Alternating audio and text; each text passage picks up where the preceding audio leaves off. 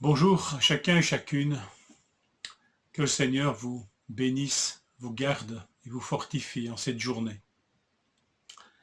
Je lis avec vous les versets 31 et 32 du chapitre 21 des Actes. Il cherchait à le tuer quand on en informa le commandant de la garnison romaine. Tout Jérusalem était dans le désordre. Il prit immédiatement des soldats et des officiers et courut vers la foule. Quand ils virent le commandant et les soldats, ils arrêtèrent de frapper Paul. Dans ce récit, Paul doit la vie sauve à l'autorité romaine. Déjà à Corinthe, dans Acte 18, le gouverneur Gallion l'avait tiré des griffes des accusateurs. Vous vous rappelez, quand Gallion était devenu quasiment son avocat. À Éphèse, encore une émeute, fomentée ici par un forgeron, Alexandre. Et ici encore à Éphèse, c'est le secrétaire de la ville qui calme la foule en furie en invoquant l'autorité civile romaine.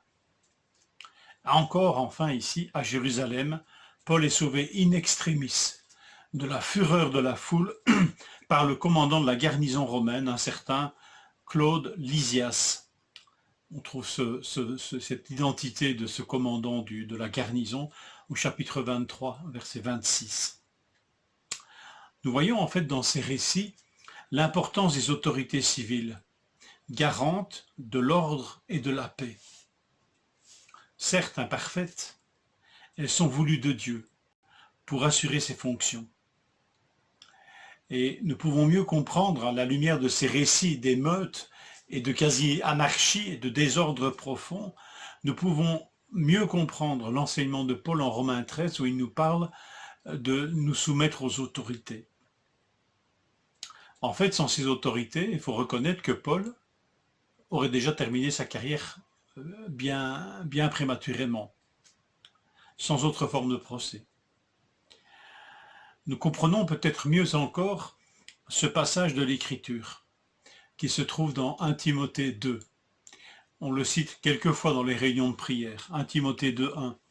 J'encourage, et c'est l'apôtre Paul qui écrit cela, avant tout à faire des demandes, des prières, des supplications, des prières de reconnaissance pour tous les hommes, pour les rois et pour tous ceux qui exercent l'autorité, afin que nous puissions mener une vie paisible et tranquille en toute piété et en tout respect. Voilà ce qui est bon et agréable devant Dieu notre Sauveur, lui qui désire que tous les hommes soient sauvés et parviennent à la connaissance de la vérité. Priez donc pour ceux et celles qui exercent l'autorité civile, afin de mener une vie tranquille. Il n'est pas ici question de mener une vie pépère, bourgeoise, comment pourrais-je dire, à l'abri de tout problème.